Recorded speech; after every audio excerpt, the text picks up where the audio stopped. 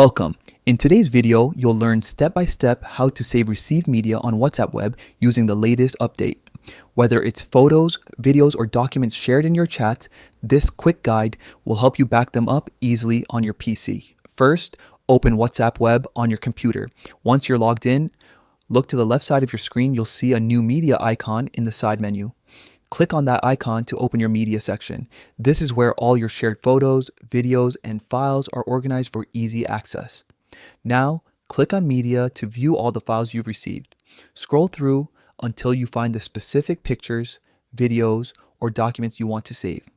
Once you're there, move your eyes to the top of the window and click on the Sort icon. This feature helps you narrow things down quickly.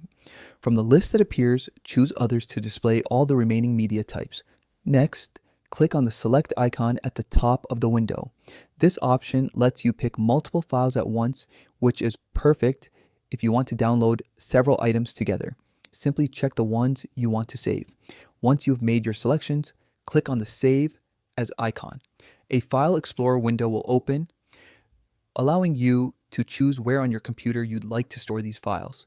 Pick your preferred folder, maybe your downloads, pictures, or a special WhatsApp media folder.